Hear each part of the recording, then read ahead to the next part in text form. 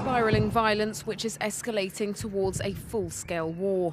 Stark warning from the United Nations envoy for Middle East peace on Tuesday as calls for calm from the international community go in vain after more exchange of missiles between Israel and Palestinian militants. The UN once again urged for de-escalation from both sides. Israeli security forces must exercise maximum restraint and calibrate their use of force. The indiscriminate launching of rockets and mortars towards Israeli population centers is unacceptable. This spiraling escalation must cease immediately. The United States also repeated its calls for restraint to avoid more civilian deaths. We stand by Israel's right to defend itself.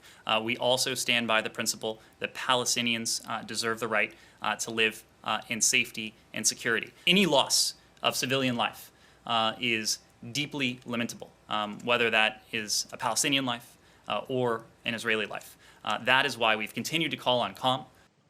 Iran's supreme leader Ali Khamenei urged nations to condemn what he called Israel's brutal and cruel crime against Palestinians, while the head of the Arab League said Israeli airstrikes in the Gaza Strip were indiscriminate and irresponsible, and called for international action in a virtual meeting of foreign ministers. What is happening now is an alarm bell that we must pay attention to. I am not exaggerating when I say that it threatens international peace and safety. The United Nations Security Council will meet on Wednesday to discuss ongoing tensions in its second urgent session in just 3 days.